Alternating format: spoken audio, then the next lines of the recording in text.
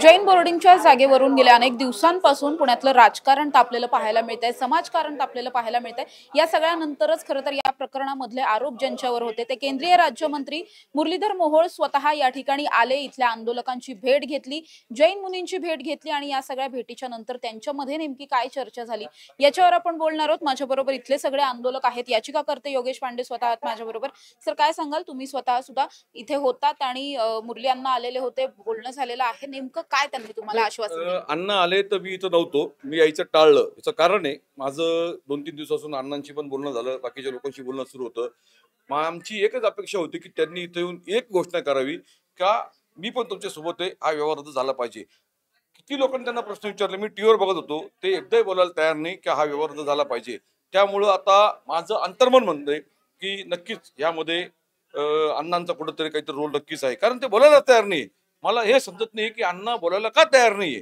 ते म्हणताय विशाल गोखले माझा मित्र आहे, होता, राहील, या सगळ्या ज्या गोष्टी जर आपण बघितल्या, ते त्याला घेऊन इथं हॉस्टेलमध्ये आले, त्याच्यासोबत ते इथं त्याने फिरले आणि मग त्याने त्याच्या कंपनीचे पार्टनर होते, ते विड्रॉ झाले, ज्या इतर लोकांनी डीड्स भरले ते सगळे एकमेकांना कनेक्टेड आहेत। मग हे सगळं बघितलं ना तर कुठेतरी एक संशयाचं वातावरण तयार होतंय आणि माझं तर अंतर्मन म्हणतंय, बाकी पुरावे आहे का नाही हे सगळं बघा, हे सगळं ना तोंडाच्या गोष्टी आहे। तुमचं मन आणि तुम्ही बोलायला तयार नाही, का बोलायला तयार नाही? मला खरंच इतकं आज मला वाटलं होतं ते बोलतील ते की एक शब्द बोलायचा होता, ते काय म्हणतो तुम्हाला 1 तारखेची वाट का बघायची? अहो, सूर्यप्रकाश इतके स्वच्छ आहे, याच्यात भ्रष्टाचार झाला, हे बोगस काम आहे। या भिंती सांगताय, या भिंती, या बोगस भिंती का? या हे पडायला आलंय का? हे अक्षरशः खोटं। आणि समाज बांधवांच्या भावना 1.5 महिना झालाय, लोक आक्रोशित आहे की तुम्ही असं कसं करताय, खोटे व्यवहार सगळं। आणि ज्या पद्धतीने पुणे महानगरपालिकेमध्ये ज्या पद्धतीने परवानग्या दिल्या गेल्या, अतिशय भयंकर आहे। म्हणजे तुम्ही जर यादी काढली एका एका दिवसात, कोण आहे अदृश्य शक्ती, मग कोण करतंय हे सगळं? कोणतरी आहे ना याच्या मागं। तुम्ही मग आज जर तिथे येऊन ते स्पष्ट बोलायला तयार नाही, काय उपयोग आहे त्याचा? त्यामुळं मी तर इथं नव्हतोच, बाकी मी लोकांकडनं लोक नाराज आहे, मी सगळ्यांशी, तुम्ही कुणाला विचारा, एकालाही त्यांनी हा बघा ते म्हटलंच नाही, काय म्हटलं का? ते डील कॅन्सल होनी चाहिए, क्लिअर अँड लाऊड असं काही म्हटलंच नाही। त्यामुळे डील कॅन्सल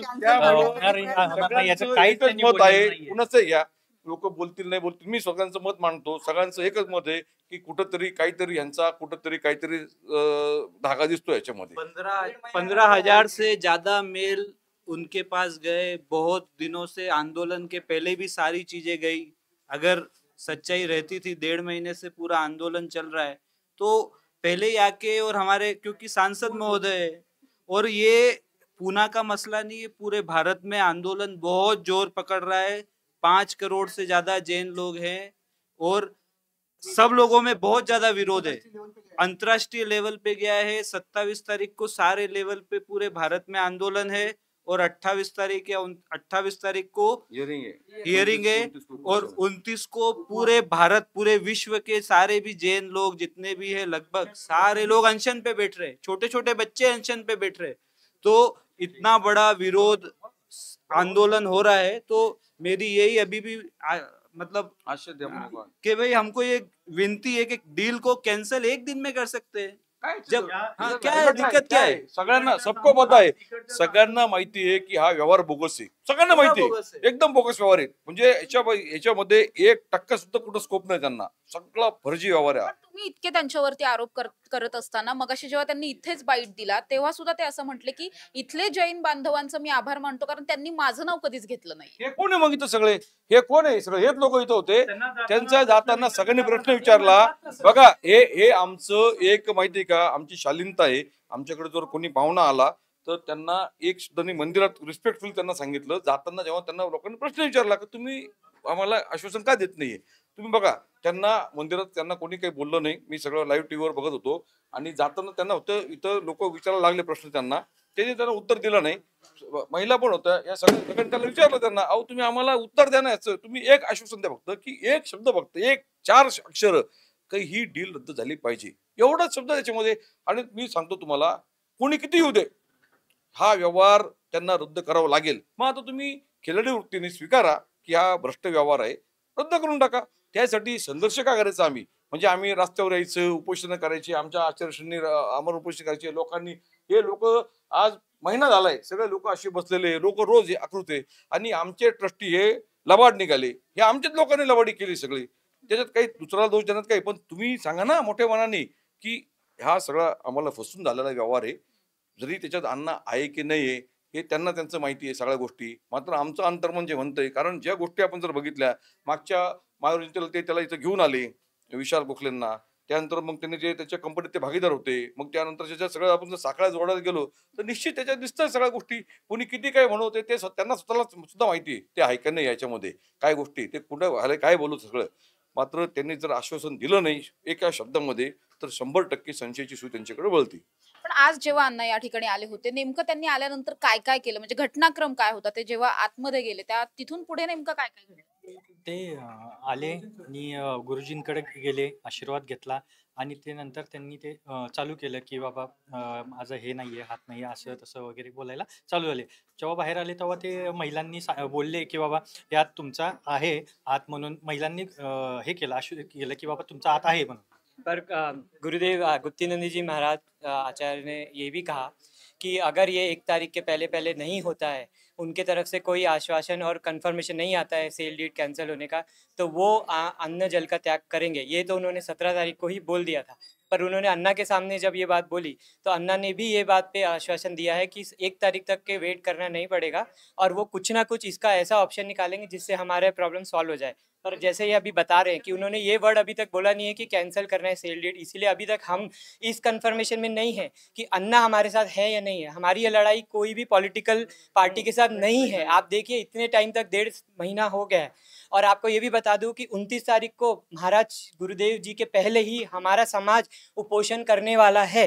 मतलब मैं खुद IT इंजीनियर हूँ, लेकिन मैं इस धर्म से जुड़ने के कारण मैं इसकी रक्षा के लिए खुद उस दिन अन्न का त्याग करने वाला हूँ। ऐसे मेरे साथ बहुत सारे लोग हैं, तो आप इस बात की मार्मिकता को भी समझ लीजिए।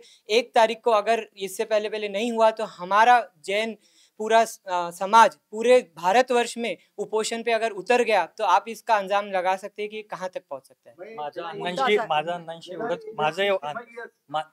अण्णांशी एवढंच बोलणं आहे की ते म्हणतात ना जैन समाजाशी आम्ही आहोत सोबत, मग 1 तारखेच्या आत जर हे निघालं नाही तर गुरुजींसोबत ते उपोषणाला बसतील का, बस एवढंच.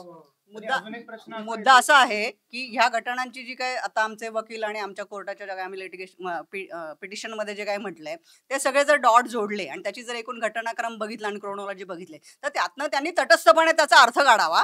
आमची आत्ता मागणी त्यांच्याकडे काही वैयक्तिक शत्रुत्व किंवा वादाची अशी आमची काही पार्श्वभूमी नाहीये.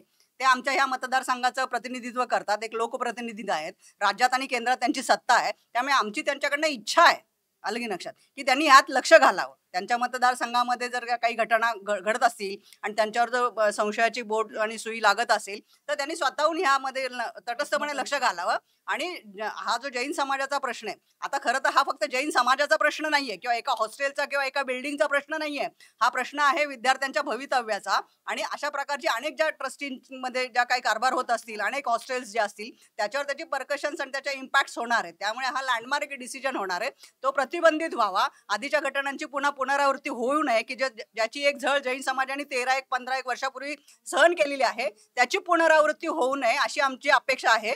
म्हणून आमचं त्यांच्याकडे एक लोकप्रतिनिधी म्हणून आमच्याकडे त्यांची जी काही मागणी आहे ती त्यांनी प्राधान्याने म्हणजे विचारात घ्यावी आणि त्यांनी लक्ष घालून हा प्रश्न सेल डीड कॅन्सल होण्याची जी आमची मागणी आहे त्या पद्धतीने मिटवावा, एवढीच आमची अपेक्षा आहे. बट जर अण्णा इथे आले आणि तरी सुद्धा त्यांनी कॅन्सल होईल याचं कन्फर्मेशन दिलं नाही, म्हणजे हे केवळ फक्त तुम्हाला दाखवण्यासाठी आले होते का असं वाटतं? जेव्हा अण्णा मंदिरामध्ये अण्णांनी सांगितलं की माझा पूर्ण सपोर्ट आहे तुम्हाला, तेव्हा पूर्ण श्रावकांनी अण्णांचं आम्ही सगळ्यांनी गुरुजींनी सांगितल्याप्रमाणे शांततेने ऐकून घेतलं. पण जे अपेक्षित उत्तर होतं की सेल डीड रद्द व्हावी हे त्यांच्या तोंडातून शब्द नाही आला. अण्णा जेव्हा बाहेर आले तेव्हा जैन समाजाला ते उत्तर मिळालं नाही, त्यामुळे त्यांचा आक्रोश वाढला. तेव्हा आम्ही घोषणाबाजी केली आणि त्यांना विचारले की बाबा हे सेल डीड रद्द का नाही होणार. तेव्हाही अण्णांच्या तोंडात ते उत्तर आलं नाही की सेल डीड रद्द होईल. हे त्यांचं एवढंच म्हणणं आलं, तुमच्या मनासारखं होईल. मनासारखं ते आतापर्यंत तेच बोलत आले, पण हे त्यांच्या तोंडातून आलंच पाहिजेत ना, सेल डीड रद्द का होत नाही. पण मग अण्णा हे बोलायला का घाबरतायत असं वाटतं? आता हे बघा, हे 1.5 महिन्यापासून आमचं सगळं चालू आहे. याच्यामध्ये उपोषण झालं, मोर्चा झाला, सगळं झालं, परंतु एक प्रतिनिधी म्हणून त्यांनी 1.5 महिन्यात एकदाही असं कुठेही ते मीडियामध्ये आले नाही किंवा कुठले लाऊड अँड क्लिअर असं काहीच ते बोलले नाही की हे याच्यामध्ये कॅन्सल व्हायला पाहिजे किंवा हे चुकीचं झालेलं आहे, काय आहे हे कुठेच बोललेलं नाहीये. ते बोलत दीड नाही? महिन्यानंतर येतात इथं काहीतरी आम्हाला नुसतं तोंडाला पानं पुसल्यासारखे हे करून निघून जातात. त्यांनी सांगावं ना, क्लिअर सांगावं. एका दिवसात अहो रविवारी पण काही काही कार्यालय चालू असतात इथे, तर तिथे जाऊन त्यांनी कॅन्सल करू शकतात. पूर्ण 1 तारीखसाठी कशासाठी थांबायचंय? नाही, पण या उद्या डील जितक्या फास्ट झाल्या तितक्याच फास्ट रद्दही होऊ शकत नाही. नक्कीच हा एक चमत्कार आहे. ज्या वेगाने डील झाल्या सगळ्या, ज्या परवानग्या मिळाल्या, त्या एखाद्या अदृश्य शक्तीशिवाय होऊ शकत नाही. दुसरं अत्यंत महत्वाचं म्हणजे जे अण्णा बोलले की संपूर्ण जैन समाजाला कोणाला आक्षेप नाही. आता बघा हे सगळे जैन बांधव आहे. आता इथं माझ्या समोर मागं आता इथं 25-30 लोक उभे आहे. सगळं तुम्ही कुणाला विचारा. ते मला मला असं वाटतं की ते इथं स्वतःला क्लीन चिट घेण्यासाठी आले. स्वतःच घोषणा करायची की मला कोणी बोलत नाही आणि हे अतिशय चुकीचं आहे. माझी त्यांना सुद्धा विनंती आहे की तुम्ही प्रामाणिकपणे प्रांजळपणे स्वीकारा ना तुम्ही. मला हेच कळत नाही की त्यांना अडचण काय आहे, ते स्वीकारायला का तयार नाही. हा बघा हा व्यवहार भ्रष्ट आहे, हे एकदम क्लिअर कट आहे. कुठलाही माणूस आमचा विरोधी कोणी असो, तुम्ही कुणालाही विचारा, कुठलाही कागद बघितले हसतात लोक की असं व्यवहार होतो का कुठं. हे बिल्डिंग याला पडायला दाखवलं, हे सगळं पैसे सगळं बोगस व्यवहार आहे. तुम्ही जर त्यामध्ये जर तुमचा काही हस्तक्षेप नाही ना आणि व्यवहार तुमच्या मित्राने केलाय, ते म्हणतात मला माहित नाही. तुम्हाला असं होऊ शकत, तुम्हाला माहित नाही ना. आता आम्ही तुम्हाला सांगतो तुम्हाला, तुम्हाला जर माहित नव्हतं ना असा व्यवहार झाला, आम्ही तुम्हाला सांगतो हा असा व्यवहार आहे, कागद आहे. आज ते लोक त्यांनी उलट म्हणायला पाहिजे होतं. आता मी रूम मध्ये बसतो, तुमची फाईल मला दाखवा, ती फाईल मी बघतो, असं आहे का, ठीक आहे, मी लगेच त्याला सांगतो. हे सांगाल बघा, माणसांनी या पदावरती तटस्थ भूमिका घ्यायला पाहिजे.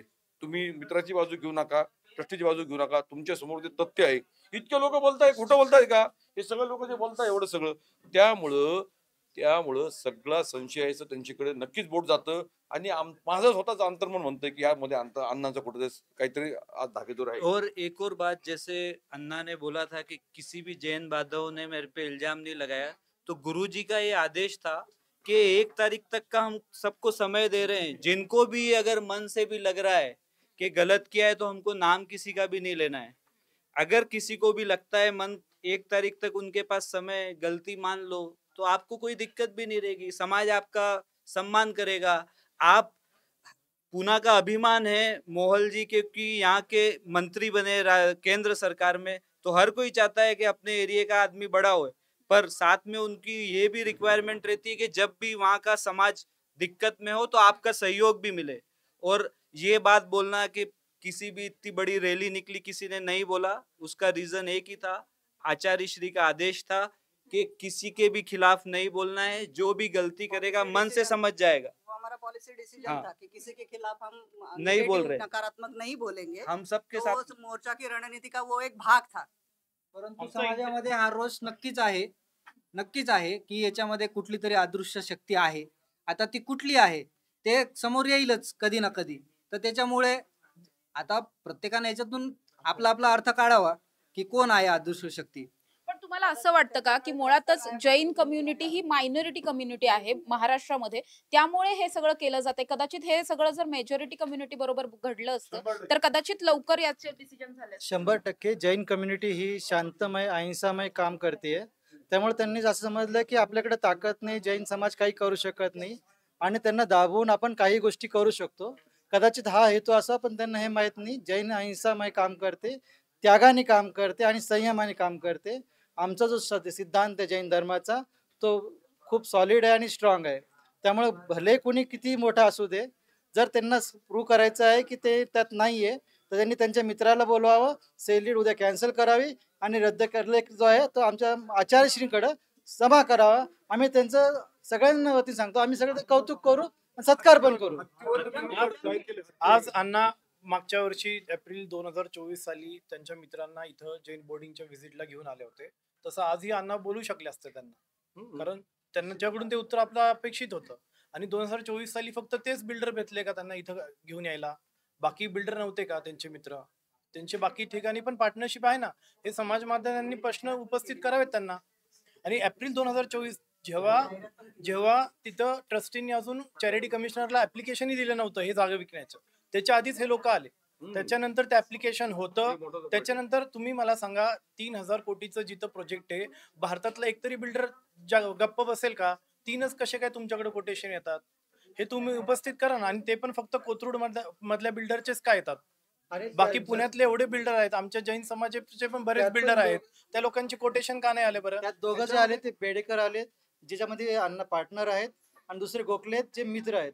मग त्यांचेच कोटेशन कसे येतात? या ट्रस्टीनी तर पूर्ण समाजाला फसवण्याचा प्रकार केलेलाच आहे, सगळं पेपर सहित दिसून येते. पण माझं एक सामाजिक बांधव या नात्यानं मी सर्व राजकीय नेत्यांना पण आम्ही हे करतो की तुम्ही जैन समाजाला फसवण्याचा कृपया प्रयत्न करू नका, अन्यथा याचे परिणाम खरोखर भविष्यामध्ये खूप वाईट होतील. कारण भारतामध्ये देखील अल्पसंख्याक समाज, जैन हा अल्पसंख्याक समाज आहे, या समाजाला तुम्ही प्रत्येक वेळी गृहीत धरून अशी अतिक्रमणे करायला चालू केलेत. आणि हे जिथं विपरीत काले विनाशकाले विपरीत बुद्धी असा हा प्रकार चालू आहे. त्यामुळे इथून खरोखर सगळ्यांनी सावध राहावं की जैन अल्पसंख्याकाला हलक्यात घेऊ नका, एवढंच मी या माध्यमाच्या माध्यमातून आम्ही समाजाच्या वतीने आपल्याला सर्वांना सांगू इच्छितो.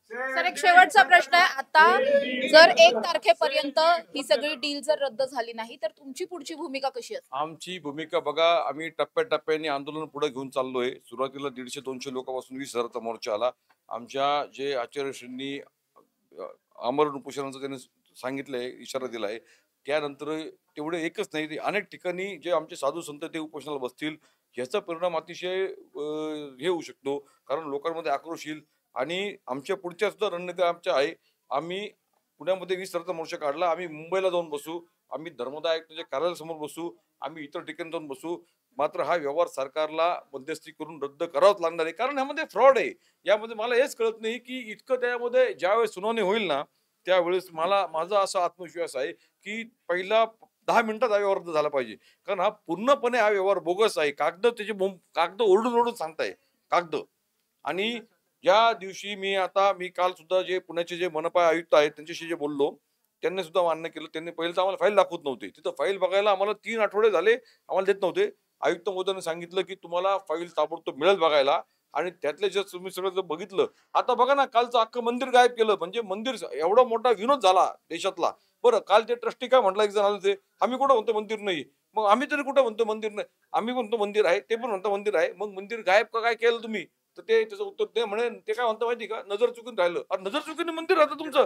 आणि म्हणजे हे चेष्टा झाली, सगळी थट्टा झाली, थट्टा देवाची. शेवटी धर्मदाय आयुक्तांना आदेश करावा लागला की ज्यावेळेस आम्ही तिथं प्रतिवाद केला, आर्ग्युमेंट केलं 20 तारखेला, तर धर्मदाय आयुक्तांना मी म्हटलं की तिथं मंदिर आहे, ते म्हण नाही मंदिर. म्हटलं त्यांना, म्हटलं की तुम्ही त्यांनी कागद तपासले, ते म्हटले की जो अर्ज आलाय ट्रस्टींचा त्यामध्ये कुठे मंदिराचा उल्लेख नाही. म्हटलं साहेब, आता त्यांच्यात मंदिर नाहीये, आम्ही म्हणतो मग त्यामुळे ते आज त्याच्यानं त्यांनी असं मार्ग काढला की आता मी माणूस पाठवतो मंदिर आहे की नाही बघायला. इथं आल्यानंतर त्यांचा ट्रस्टी म्हणतो की तुम्ही असं कसं तिथं सांगितलं की मंदिर, आम्ही म्हटलं तुमचे कागद दाखवा ना मंदिर तुम्ही. ते हसायला लागलं, ते म्हणजे नजर चुकून आहे. म्हणजे हे जे प्रकार घडताय, जे सध्या चाललंय, हे सगळं बघता हा पूर्ण व्यवहार संशयास्पद आहे. या ट्रस्टींनी इथनं मागच्या 2 वर्षामध्ये 15 कोटी रुपये रक्कम बाहेर काढली. हे सगळं बोगस आहे, फ्रॉडची. पोलीस केस आमची दाखल आहे, पोलीस काही कारवाई करायला तयार नाही, आम्ही त्यांच्याकडे पण जाणार आहे. पण या सगळं जर बघितलं ना, तर यांना सुटका नाहीये. हे आज उद्या, आणि माझं असं आत्मविश्वास आहे की यांना फार लांब जावं लागणार नाहीये, त्यांना व्यवहार रद्दच करावा लागणार लवकरात लवकर. आमच्या समाजाचं खूप मोठं आंदोलन अजून भविष्यात होणार आहे, याचाच एक परिपाठ म्हणून उद्या पूर्ण भारतभरातले जे मोठे सामाजिक संस्था आहेत, त्या संस्थेचे पदाधिकारी इथं उद्या दुपारी मीटिंग आहे.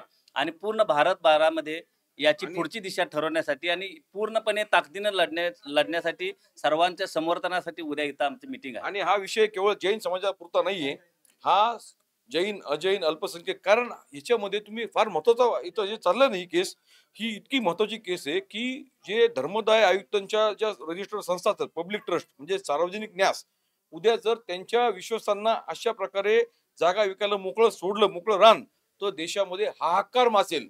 कारण उद्या कर्मवीर अण्णा भाऊराव पाटील यांची जी संस्था आहे, त्यांच्या एवढ्या प्रॉपर्टीज आहे, मोठमोठ्या तुमच्या दगडूशेठ हलवाई आहे किंवा तुमचे बरं अनेक संस्थांचे, मग त्यांच्या ट्रस्टी उद्या म्हणतील आमची जागा मोकळी पडली, त्याचा उपयोग नाही, विका. हा जो तुमचा केसला होईल, ह्याचं त्यामुळं असं होऊ शकत नाही. म्हणजे एकदा जी संपत्ती दान दिली आहे ती अशा पद्धतीने विकायचा कुणाला अधिकार नाही. आणि यांच्या ट्रस्ट डीड मध्ये स्पष्ट लिहिलेलं आहे की जागा विक्रीचा त्याच्यामध्ये प्रोव्हिजनच नाही. मग हे कसं विकतात जागा? त्यामुळे हे होऊ शकत नाही, यांना रद्दच करावं लागणार सगळा व्यवहार पूर्ण सगळा. नक्कीच आपण बघतोय की हे सगळेच आंदोलक जे आहेत ते अतिशय आक्रमक आहेत. मुरलीधर मोहोळ या ठिकाणी येऊन गेले, मात्र त्यांचा जे आक्रमकपणा होता, ज्या भूमिका होत्या त्या कुठेही मागे हटलेल्या नाहीयेत. अजूनही 29 तारखेला संपूर्ण भारतभरातले नाही तर जगभरातले जैन बांधव जे आहेत ते उपोषण करणार आहेत. त्याचबरोबर मुरलीधर मोहोळांनी 1 तारखेपर्यंत या सगळ्यावरती कारवाई करू असं म्हटलंय. मात्र ही डील कॅन्सल करू असं ते अजूनही म्हटलेले नाहीयेत. जर 1 तारखेपर्यंत याचा निर्णय आला नाही तर इथून पुढे जैन मुनी सुद्धा आमरण उपोषणाला बसणार आहेत. त्याचबरोबर आता तर उपोषण चालूच आहेत, मात्र तिथून पुढे पाणी सुद्धा बंद करतील आणि आमरण उपोषण करतील. ज्या सगळ्याचा फटका अर्थातच भविष्यामध्ये सगळ्या सत्ताधारी पक्षांना सुद्धा बसू शकतो. त्यामुळे लवकरात लवकर ही डील कॅन्सल करावी या मागणीवर अजूनही हे सगळे आंदोलक ठाम असलेले पाहायला मिळतात. कॅमेरा पर्सन निलेश सह समृद्धी जाधव, टॉप न्यूज मराठी, पुणे.